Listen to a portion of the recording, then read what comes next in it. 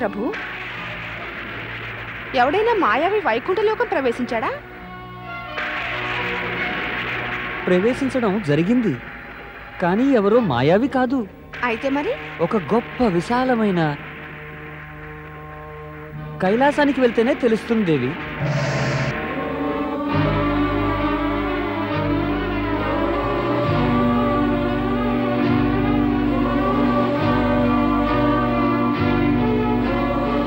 దేవి సరస్వతి, ఆ దివ్య స్పర్శ యొక్క అనుభూతి నేను పొందినట్లే నీవు కూడా పొందగలిగావా? అవును స్వామి, పొందగలిగాను. కానీ ఏమిటది? దీనికి సమాధానం కైలాసానికి వెళ్తేనే తెలుస్తుంది. నారాయణ నారాయణ.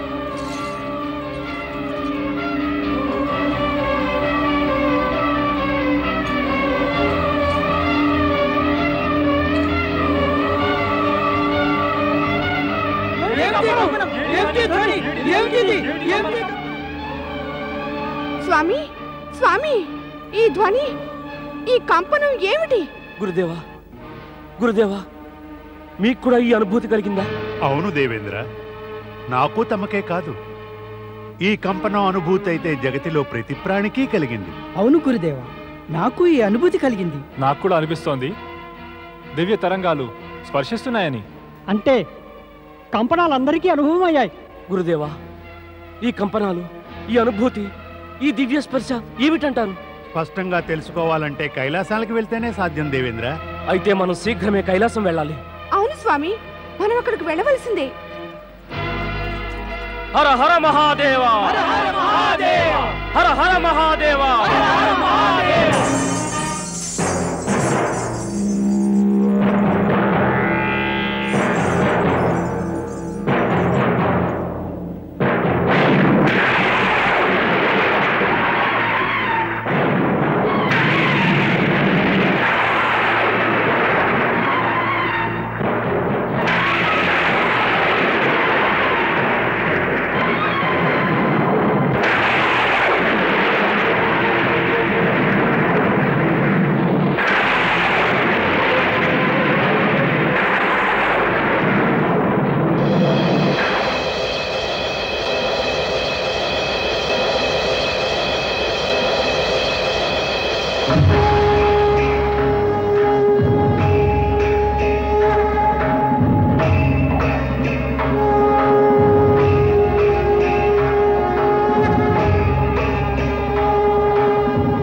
పరబ్రహ్మ పరమేశ్వరుడు, పరమ శక్తిమంతుడు, భక్తవత్సలుడు సదాశివుడికి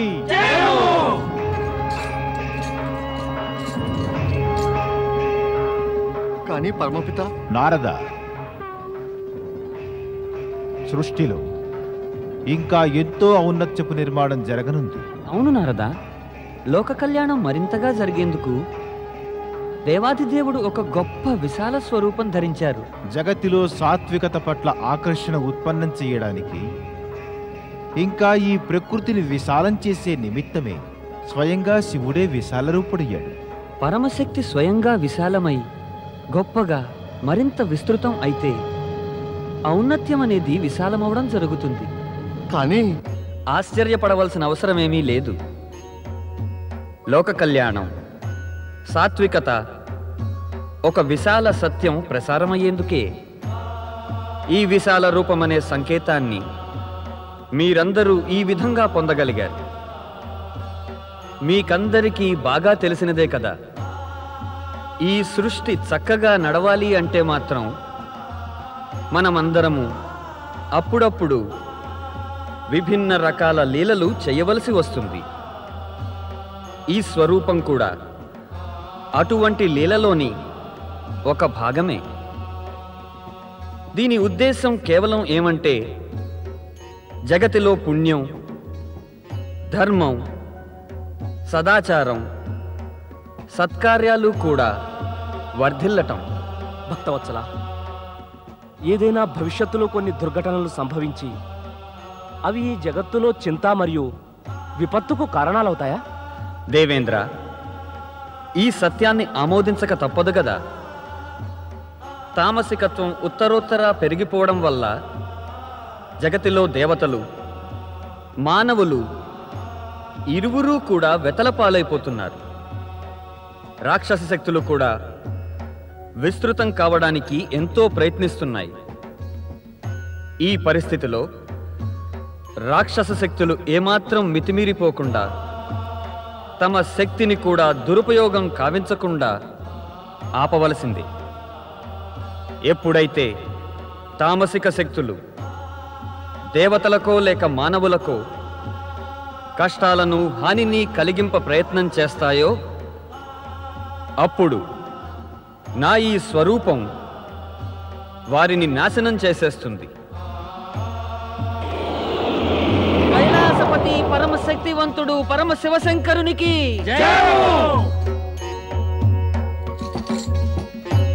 జరిగినదంతా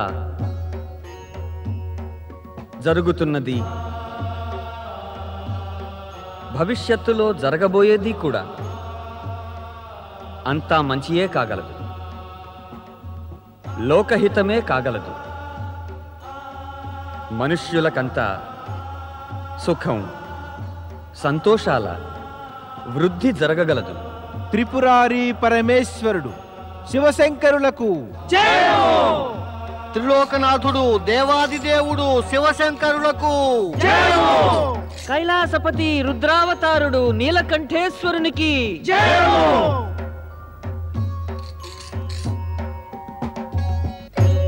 యావత్ ప్రపంచానికి శుభం కలగాలని అనాది అనంతుడు అజర అమరుడైన సదాశివుడు తన విశ్వరూప దర్శనమిచ్చి బ్రహ్మ విష్ణువు లక్ష్మి సరస్వతి గణేశ పార్వతులను దేవతలందరినీ దేవర్షి నారదుడి కుతూహలాన్ని శాంతింపచేశాడు. నారదుడు ఎప్పటిలాగే సంచారం చేస్తూ ఆకాశంలో విహరించసాగాడు. అప్రయత్నంగా దేవర్షి నారదుని దృష్టి శైలపర్వతంపై కూర్చున్న కుమార కార్తికేయునిపై పడింది. అతడు శివారాధనలో లీనమై ఉన్నందువల్ల రుద్రావతారుడైన శివుడి విశ్వరూపాన్ని దర్శనం చేసుకోలేకపోయాడు.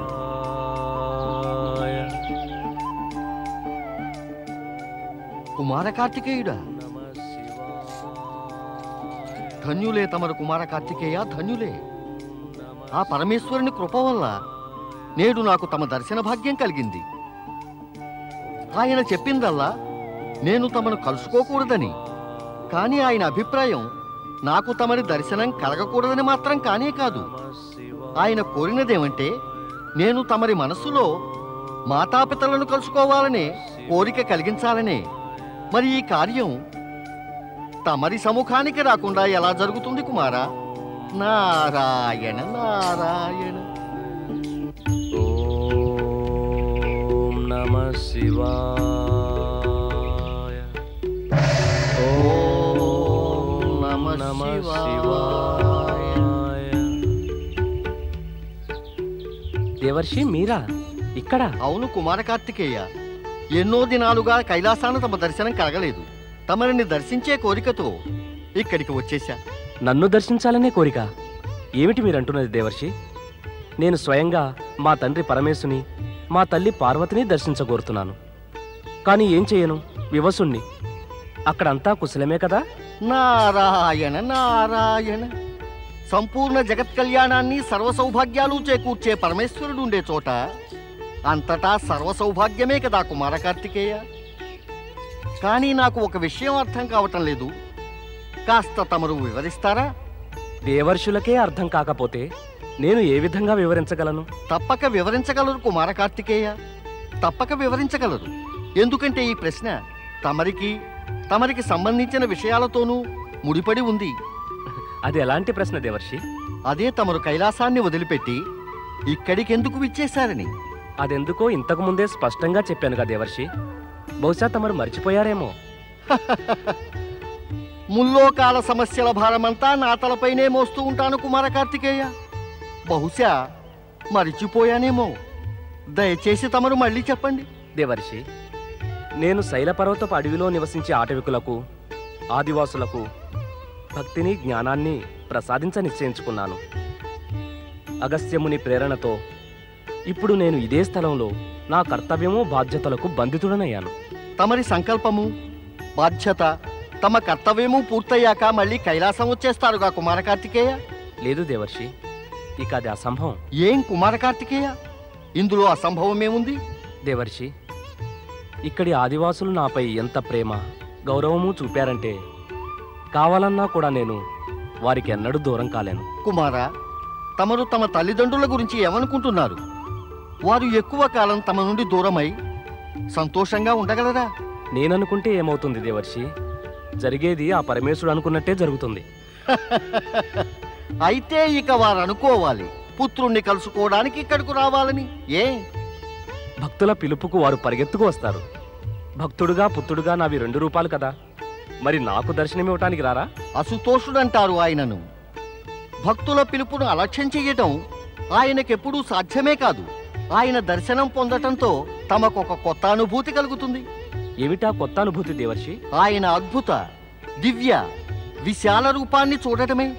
అంటే అంటే ఏముంది కుమారా, తమరు లోక కళ్యాణము లోకసేవ ఇంత శివభక్తిలో మునిగిపోయి ఎంత గొప్ప ఎంత విశాల రూపాన్ని ధరించారు. అలాంటప్పుడు ఆ తండ్రి తన తనయుడికి తీసిపోతారా? ఆయన పేరే పరమశివుడు కదా. తన సౌభాగ్యకర వైఖరిని తీవ్రతరం చేసి తన లీలల ప్రసారాన్ని తీవ్రం కావిస్తారు. సహజమే కదా, ఆయన రూపం ఇంకా గొప్పదిగా విశాలమైపోయింది. అయితే వారిని శీఘ్రమే దర్శించగోరుతున్నాను దేవర్షి. కుమార కార్తికేయ, తమరి ఈ ఇచ్ఛ శీఘ్రమే పూర్తవుతుంది. నారాయణ నారాయణ.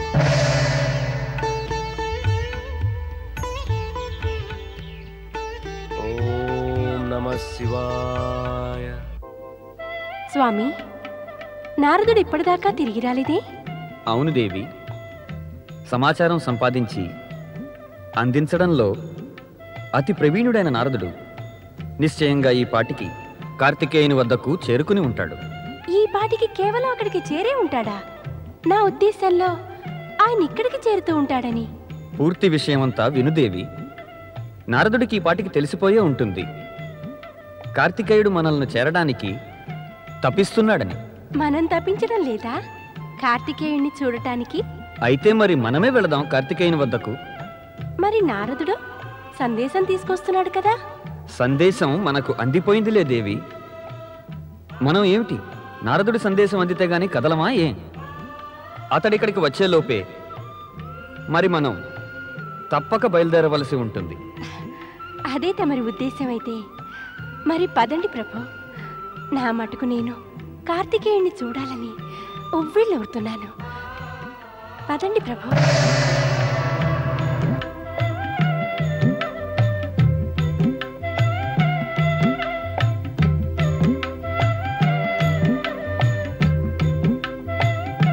నారాయణ నారాయణ నారాయణ నారాయణ. దేవర్షి ప్రణామం. దేవర్షి, పరమశివ శంకరుడు పార్వతీమాత ఎక్కడికో అదృశ్యులైపోయారు. తమరికి ఏమైనా తెలుసా? నందీశ్వర, పరమేశుడు అదృశ్యులై ఎక్కడికి వెళ్ళినా ఆయన్ని వెతుక్కుంటూ నేనక్కడికి తప్పక చేరుకుంటాను. నారాయణ నారాయణ.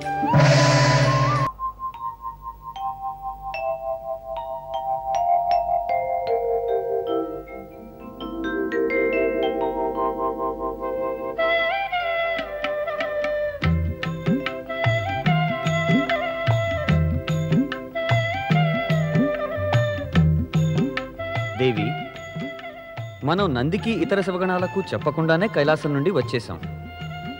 వారికి చెప్పి రావడమే ఉచితం అనిపిస్తోంది నాకు. చెప్పకపోతే నేను స్వామి, వారందరికీ తమరి వియోగము అలవాటే.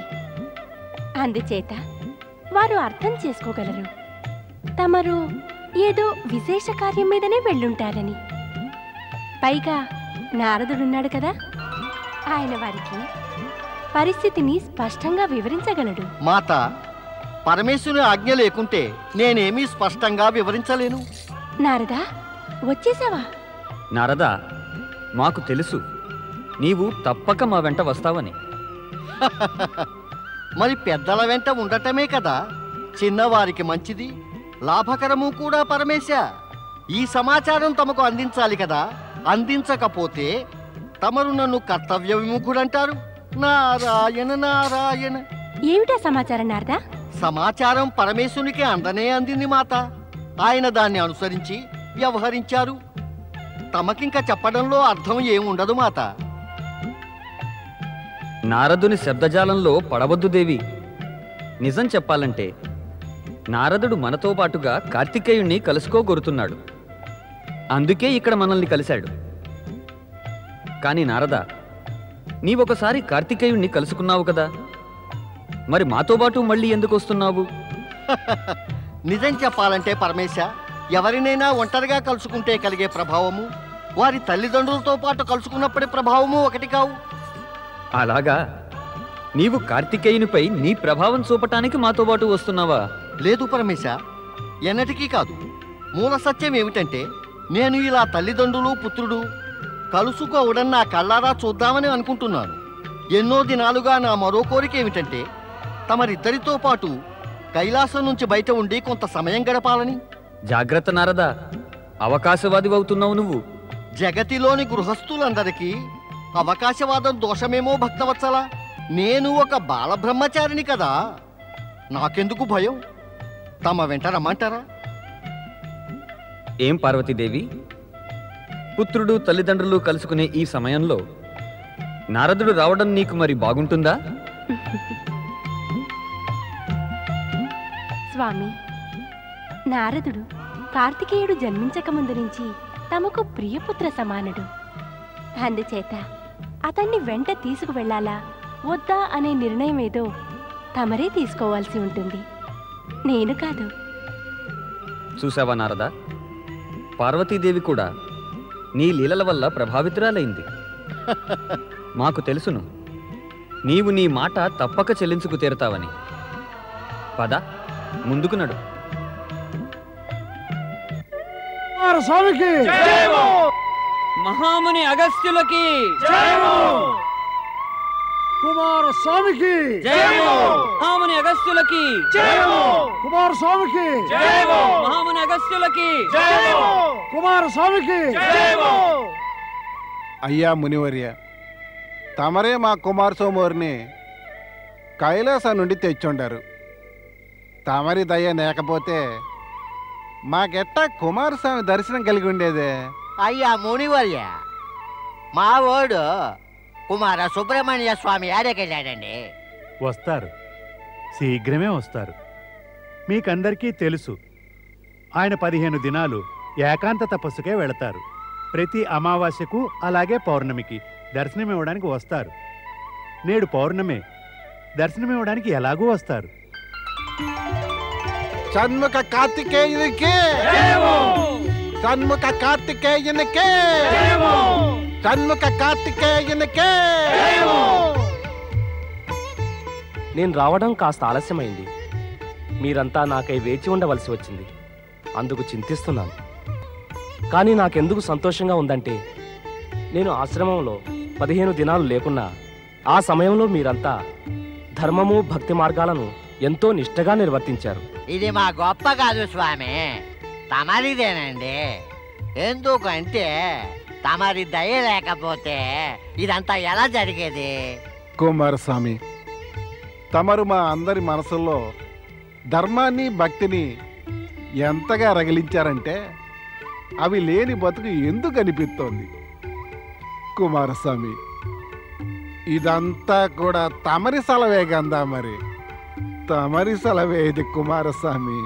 పరమేశ్వరికి పార్వతీమాతకు, పరమేశ్వరికి పార్వతీమాతకు, పరమేశ్వరికి పార్వతీమాతకు. ఓ కుమార సుబ్రహ్మణ్య స్వామి, తమరు మా గొప్ప తల్లిదండ్రులకే మా గొప్ప సంతానం అండి. మేమంతా తమ కాడ తల ఒగ్గుతామండి, తల ఒగ్గుతాం. మేమంతా తమకు హారతి పూజ చేస్తామండి.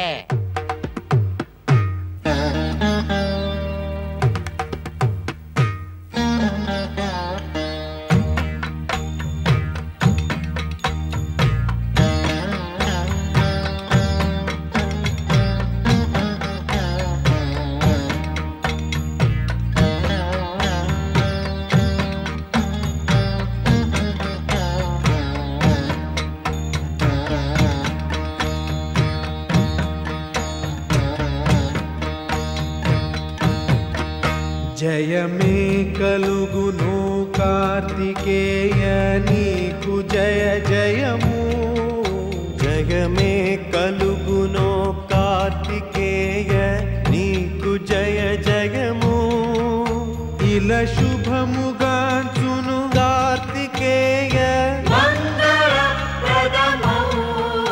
జయమే కలుగును కార్తికేయ నీకు జయ జయము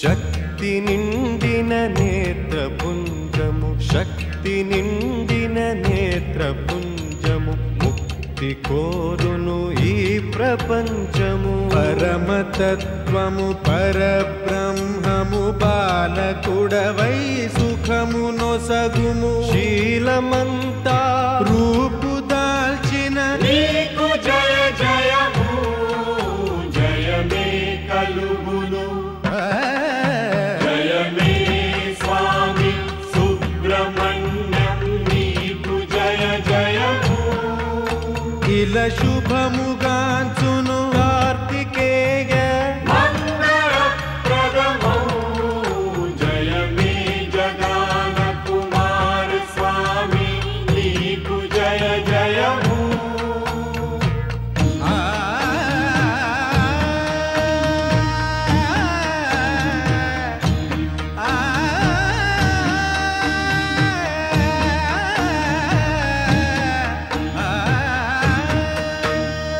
నెమలినే కీతేనే పలుకుల నెమలినే కీతేనే పలుకుల వెలిగినావు కుమార స్వామి స్కందుడవుగా పేరుగాంచితివీవు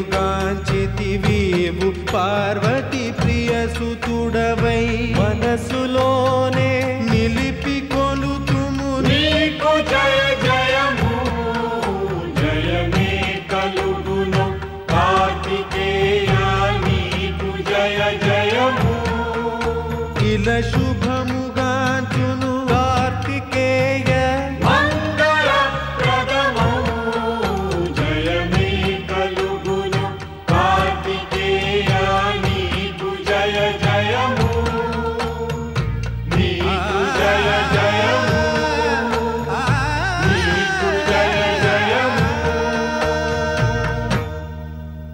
షణ్ముఖ కార్తికేయునికి షణ్ముఖ కార్తికేయునికి షణ్ముఖ కార్తికేయునికి పరమేశ్వరికి పార్వతీ మాతకు భక్తవత్సలుడు కుమార సుబ్రహ్మణ్య స్వామికి ప్రభు వింటున్నారా తమరు మీ పుత్రునికై జయ జయధ్వానాలు కేవలం పుత్రునికే కాదు తల్లిదండ్రులకు కూడా జయ జయధ్వానాలు పలుకుతున్నారు.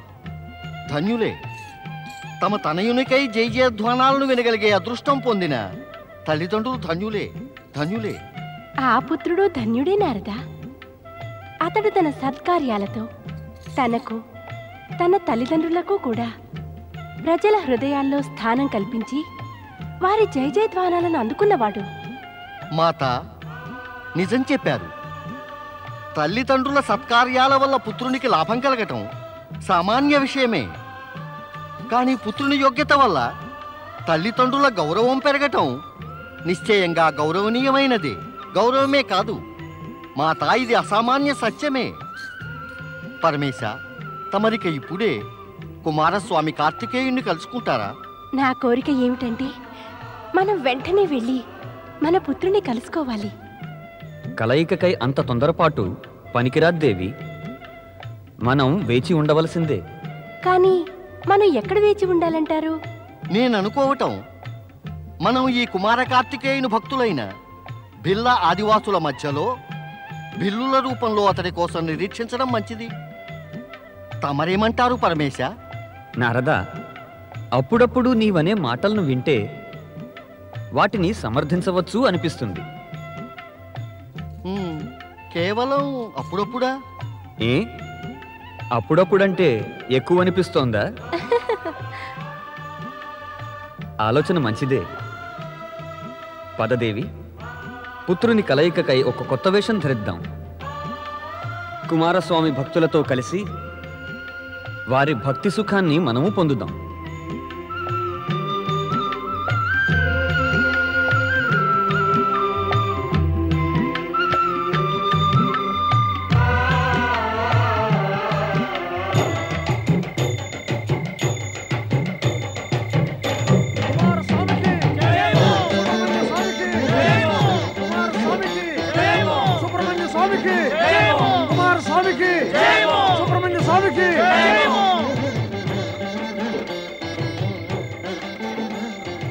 బాబు,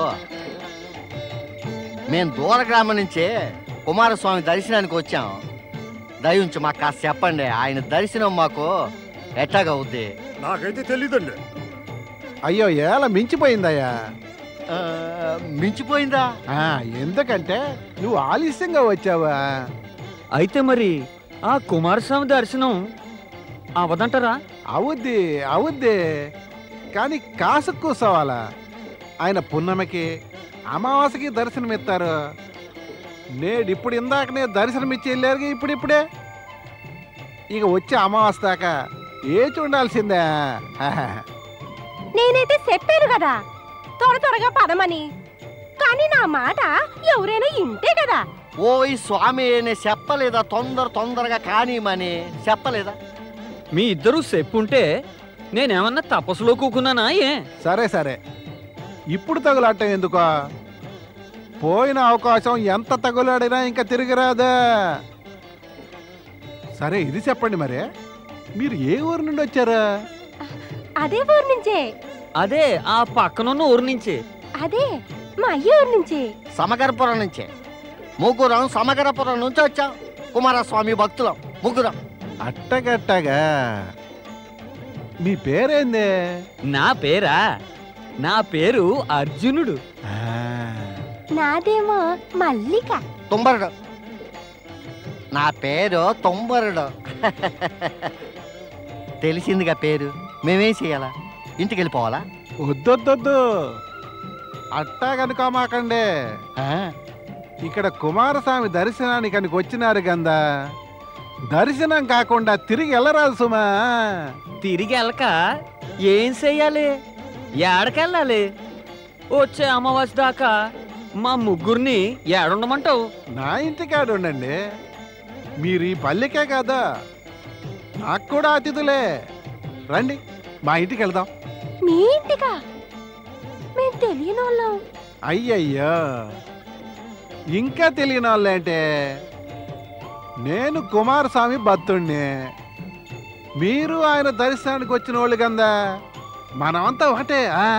అవును, ఆ కుమారస్వామియే అందరి మనసుల్లో ఒకటేననే ఆలోచనని కలిగించాడు. అర్జునుడా అర్జునుడా అర్జునుడా అర్జునుడా, రాజుది గురువుది ఒకటే ధర్మం. అందరి మనసుల్లో ఒకటేననే తలంపు రాగిలించడం. అయ్యయ్యా, మీ ముగ్గురి మనసుల్లోన కుమారస్వామి దయ వల్ల అలాంటి తలపే కలిగింది. పదండి మా ఇంటికి. రండి రండి రండి రండి మా ఇంటికి. అమ్మాయి పళని, వీళ్ళంతా మనకి అతిథులు. కుమారస్వామి దర్శనానికని వచ్చారు, కానీ జాగు చేశారు.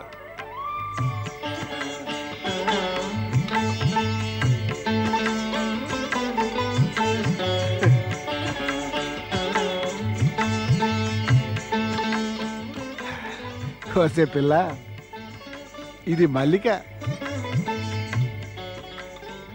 ఈయన అర్జునుడు.